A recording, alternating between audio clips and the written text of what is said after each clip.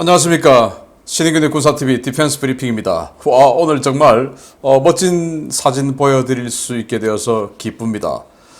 우리 한국의 대표적인 방산업체가 한화디펜스죠. 한화디펜스는 과거 장갑차를 주로 만들었던 대우중공업을 인수한 두산중공업, 그 두산을 인수한 한화, 그리고 자주포와 해병대 상륙돌격 장갑차를 주로 만들던 삼성테크인, 그걸 또 인수를 했죠. 그래서 이제 하나디펜스는 아주 덩치를 이제 크게 키우고, 그리고 또 삼성 탈레스 레이더도 만들고 하던 탈레스를 또 인수를 해서 지금 뭐 한국형 전투기에 들어가는 이 에이사 레이더도 만들고 하는데, 그래서 그 전통적으로 그 이전에 삼성, 대우, 현대는 탱크를 주로 만들었었어요. 그게 바로 지금 현대 로템이죠. 그 현대 로템이 현재 K2 전차까지 만들었는데 K3 전차 이야기가 나왔는데, 이 K3 전차의 모형을 지난 유로사토리 방산 전시회에 내었고, 그게 지금 스페인이 야 이거 우리가 하면 되겠는데 이런 지금 기사가 나왔어요. 정말 엄청난 스펙 그리고 가능성 알려드리게 되어서 기쁘고요. 그리고 제가 주말에 알기 쉬운 무기백과를 통해서 러시아의 칼리차 자주포, 이건 뭐 완전히 그냥 페이퍼 플랜 아니냐 이렇게 했는데, 그 칼리차 자주포, 러시아의 최강 자주포라고 하는 그게 지금 우크라이나 전쟁에 투입되었다라고 하는데, 폴란드하고 지금 둘이서 설전을 붙고 있습니다. 내용 알려드리겠습니다. 들어가기 전에 5가지 단신 알려드리는데요. 러시아가 지금 우크라이나 전쟁에서 T-62가 너무 이거 후지다라는 원성의 T-64, T-72 같은 이런 극초기형, 거의 뭐 실험물자 같은 거, 이런 것들도 전선에 투입하기 시작했다라는 소식에서부터 우크라이나 전쟁에서 정말 뭐 엄청난 활약을 했던 터키의 바이락타르 TB2 무인기가 이제는 격추가 자주 되고 있다. 이제 전술이 노출된 거죠. 라는 소식까지 알려드립니다. 들어갑니다. T-62 전차를 전선에 투입해 장병들의 질타를 받았던 러시아가 1960년대 중반과 1980년대 초반에 각각 생산된 T-64 초기형과 T-72 초기형을 전선에 투입하고 있다는 소식입니다. 같은 T-64와 T-72라도 과거 소련군 내에서 패급 취급을 받았던 장비들인데 개량할 여력도 없는 모양입니다. 키우 서부 지토미르에서 러시아군의 최신형 공대공 미사일의 잔해가 거의 온전한 상태를 유지한 상태에서 발견되었습니다. 수호이 35에서 운용되는 R-77-1 모델인데 고스란히 서방 국가 손에 넘어갈 것으로 보입니다. 미국군이 M113 장갑차의 후계로 2,900여 대를 도입하는 차세대 장갑차 AMPV가 드디어 야전 부대에 배치되었습니다. 제3보병사단 제69기갑연대 2대대에 첫 AMPV 물량이 배치되기 시작했다는 소식입니다. 최근 그리스가 고가에 구매해 논란이 있던 프랑스 제3100톤급의 고윈드급 호위함을 이라크도 구매하려 한다는 소식입니다. 사실상 해군이 없는 것이나 다름없던 나라가 도대체 왜 이런 값비싸고 비효율적인 군함을 사려는 것인지 모르겠습니다. 우크라이나전을 계기로 크게 주가를 올렸던 바이락타르 TB2 무인기가 러시아군의 대응 전술이 자리 잡아가면서 급격히 효용성을 잃고 있으며, 이 때문에 우크라이나군도 바이락타르 드론의 사용을 꺼리면서 바이락타르의 거품이 꺼지고 있다는 소식입니다. 자, 바이락타르 참 이제 안타까운 그런 상황인데, 러시아가 바보가 아니니까 대응 전술을 마련했겠죠.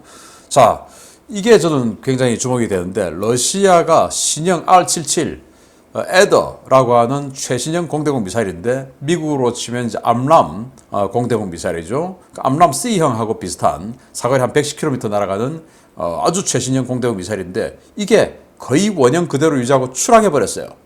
그래서 이걸 아마도 지금 이제 아까 그 노획한 사진 보셨는데, 이걸 그대로 가져가서 아마 미국이 가져가겠죠. 가져가서 여기에 뭐 시크하고 이런 거 그대로 살아 있으면 뭐 원래 그 전파 특성 다 가지고 있겠지만, 그래도 확실하게 이 에더 미사일을 확실하게 제밍할 수 있는 방해 전파를 개발하지 않을까. 반대로 러시아는 이거 하나 추락하는 바람에 가지고 있는 모든 에더 미사일의 전파 특성을 다 바꾸지 않으면 안 되는 이런 어마무시한 황당한 상황이 되었다라는 고소한 소식 알려드리면서, 자, 우려스러운 소식 들어갑니다. 우크라이나가 서방제 크랩 자주포와 PZH-2000 등 고성능 자주포들을 잇따라 전선에 배치하자 계속 당하기만 하던 러시아도 칼을 빼들었습니다. 러시아가 자랑하는 세계 최강의 자주포 칼리차 SW가 돈바스 전투에 투입됐다는 소식입니다. 러시아가 자랑하는 가장 현대적이고 가장 강력한 성능을 가진 차세대 자주포 2S-35 칼리차 SW가 돈바스 전선에 투입되기 시작했다고 친러 워싱턴 소식통들이 현지 시각 6월 27일 일제일 리포트했습니다. 이 소식통들은 최근 러시아가 공개한 폭 3km, 너비 2km 범위의 우크라이나군 진영에 대한 집중 포격 영상을 공개하면서 1분 사이에 96발의 152mm 탄과 120발의 122mm 로켓을 집중 투사했는데 곡사포 가운데 이 정도 화력을 투사할 수 있는 것은 칼리차 SW뿐이다 라는 것이 러시아인들의 주장입니다. 칼리차 SW는 러시아가 2S-19 무스타-S를 대체하기 위해 개발한 최신형 152mm 자주포인데요. 순행식 신형 주포와 자동 장전 장치를 도입해 1분 급속 사격 모드 시 최대 16발이라는 괴물 같은 연사 속도를 가졌다는 주포입니다. 이 자주포는 최대 70km 거리의 표적을 공격할 수 있을 뿐만 아니라 완전 자동화된 사격 시스템으로 서방제 자주포와 같은 슈덴스쿠트 전술을 구사할 수 있다고 알려져 있는데요. 러시아가 이 자주포를 돈바스 전선에 투입한 것은 우크라이나군의 서방제 자주포를 잡기 위한 것이라고 친러 워싱턴 소식통들은 분석하고 있습니다. 문제는 칼리차 SW가 얼마나 투입되냐는 것과 카탈로그 데이터대로 성능이 나오냐 하는 것입니다. 잘 알려진 것처럼 칼리차 SW는 아르마타 차체를 사용할 예정이었지만 아르마타 프로젝트가 망하면서 T-72와 T-90 차체를 사용 중이었는데요. 이 전차들을 생산하는 우랄 바곤 자보드의 공장 가동이 중단되어 칼리차 SW 역시 시제품 면문만 존재하는 것으로 알려져 있기 때문입니다. 친러 워싱턴 소식통들은 이 자주포가 최근 돈바스 전선에서 러시아군을 괴롭히고 있는 우크라이나군의 크랩과 PZH-2000을 제압할 수 있을 것이라며 잔뜩 기대하는 모습을 보이고 있는데요. 과연 어느 쪽에서 먼저 파괴된 화포가 나올지 한번 지켜봐야 되겠습니다. 마침 제가 이번 주말에 이 칼리차 자주포 이렇게 만들어서 지금 뭐 사용하지도 못하고 열병식만 나오고 있는 이런 그냥 보여주기식 자주포다 이렇게 말씀을 드렸는데 그걸 이제 투입됐다라는 거예요. 자, 이 자주포는 그래서 이 투입됐다라고 하니까 폴란드는 그래 우리 크랩하고 붙어보자. 또 이제 폴란드 밀리터리 마니아들은 그렇게 이야기하고 또 러시아 밀리터리 마니아들은 니들 우리한테 걸리면 다 죽어 이제 이렇게 또 이야기하고 스펙상으로는 이 칼리차가 압도적이에요. 왜냐 분당 16발 쏜답니다. 우리 K9 그리고 폴란드의 크랩 분당 6발 쏴요 급속사격할 때. 근데 이건 16발 어마어마하죠. 과연 그렇게 주장하는 대로 스펙이 나올지 그렇게 어마어마한 속도로 자동 장전 장치가 작동하고 탄이 잼이 걸리지 않을지 저는 뭐 믿을 수 없습니다만은. 그리고 크랩 자주포의 최대 사거리가 40km. 그런데 이거는 70km. 그러니까 뭐 차원이 다른 그런 자주포다라는 건데, 근데 그게 러시아제 무기가 항상 그러하듯이 과연 카탈로그 성능이 현장에서 구현되냐? 그거 믿을 수 없죠. 원래 이거 개발할 때 이렇게 개발했어요. 분당 32발을 쏘기 위해서 이렇게 포신 2개를 엮어서 쌍열포로 만들었는데 이게 뭐 됩니까 어디? 그래서 이제 지금은 단장포로 바꾸어서 열병식에 참가하고 있는데 이게 성능은 그렇게 안 나올 것이다. 자, 그러면은 지금 우크라이나는 PZH-2000 독일제 자주포 지금 들어왔죠. 그리고 크랩 자주포 1개 대대 쓰고 있죠. 과연 대화력전에서 누가 먼저 상대의 최신 자주포를 격파할 것이냐. 그래서 격파 당했다고 사진이 과연 누가 먼저 뜰 것이냐. 이게 궁금하기도 한데 우크라이나가 이 대포병 사격 선전하기를 바랍니다. 기쁜 소식입니다. 독일과 프랑스 주도로 진행 중인 차세대 전차 개발 사업 MGCS가 계속 죽을 쓰는 모습을 보이면서 이 사업에 관심을 보였던 스페인의 시선이 우리나라로 쏠리기 시작했습니다. 스페인 최대 방산 전문 매체가 현대 로템의 차세대 전차 특집 기사를 싣고 큰 관심을 드러내 주목됩니다. 한국의 현대 로템이 지난 유로사토리 기간 중에 전시장에 차세대 주력 전차 NG-MBT 모델을 출품했으며 이 전차는 기존의 K2와는 완전히 다른 설계의 첨단 전차로 등장할 것으로 보인다고 스페인 방산 전문지 디펜사가 현지 시각 6월 25일 특집 기사를 냈습니다. 디펜사는 NG-MBT의 개념은 2021년 말에 등장한 K2NO의 디자인과는 많이 다르다라며 이 전차는 스텔스 설계가 적극 도입되었고 화력과 방어력도 대폭 강화된 모델이다 라고 평가했습니다. 유로사토리에서 소개된 NGMBT는 우리나라에서는 K3 전차로 알려진 차세대 전차인데요. 2명 또는 3명의 승무원이 조작하는 55톤급 차체에 130mm 활강포, 드론과 레이저 무기, 레이더, 적외선 그리고 소음 스텔스 기술이 집약된 세계 최강의 전차로 기대를 모으고 있습니다. 이 전차는 현재 개발 중인 130mm 활강포를 탑재해서 동급 최강의 공격력을 확보할 예정이며 포탑 후방에 대전차 미사일로도 활용할 수 있는 채공형 드론을 발사할 수 있는 발사기, 접근하는 적의 미사일을 요격할 수 있는 레이저 무기 등 강력한 무장과 더불어 현존하는 모든 대전차 무기와 IED를 방어할 수 있는 차세대 복합 장갑이 적용될 예정입니다.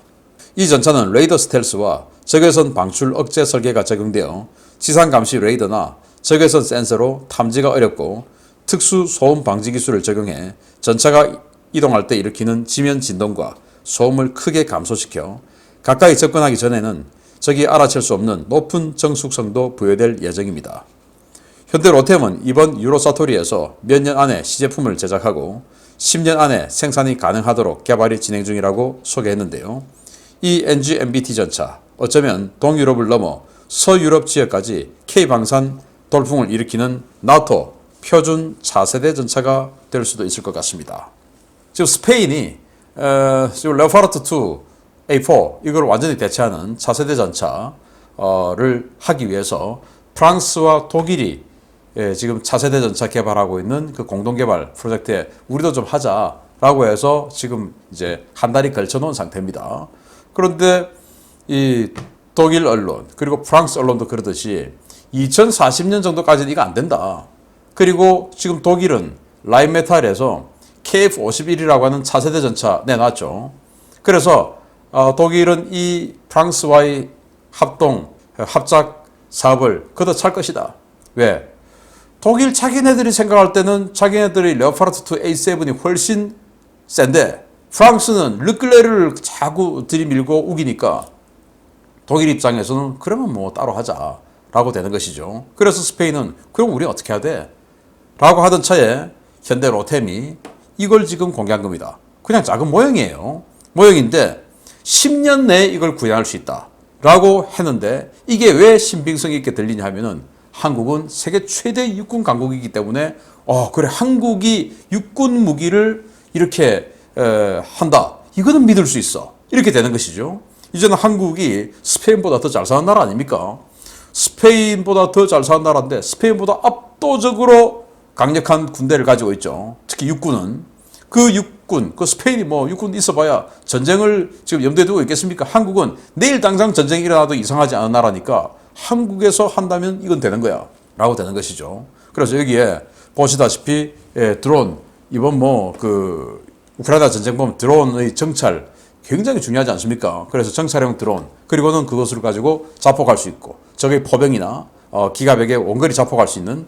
근데 독일의 KF-51 라인메탈에서 내놓은 거는 이 드론을 무려 4발을 장착한다고 해요. 근데 우리 현대 로템은 한 발.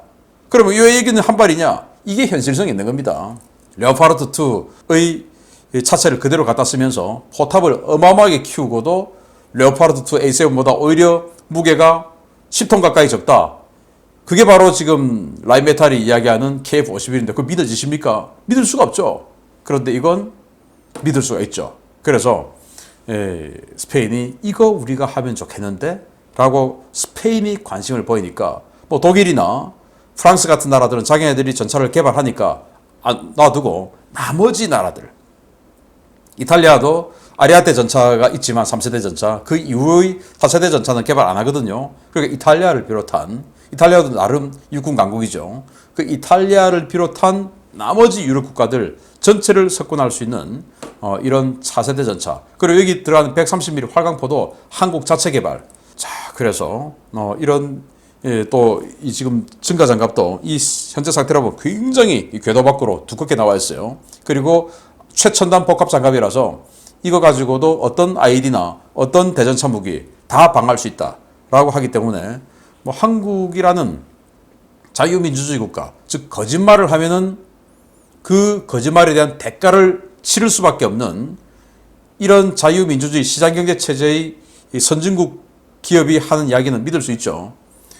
과거 혁명을 하려면 거짓말을 잘해야 돼 라는 교실을 들었던 나라에서 출발한 지금 뭐 자유민주주의라고 우기고 있는 이런 나라들이 하는 이야기는 거짓말 뭐 체질화되어 있으니까 거짓말 막 하지만 자유민주주의 우리는 거짓말하면 책임져야 되지 않습니까? 거짓말 안 한다 이거죠. 그래서 스페인과 안 한 겁니다. 그래서 이 K2를 넘어선 K3 이 전차가 세계시장 석권하기를 기대합니다.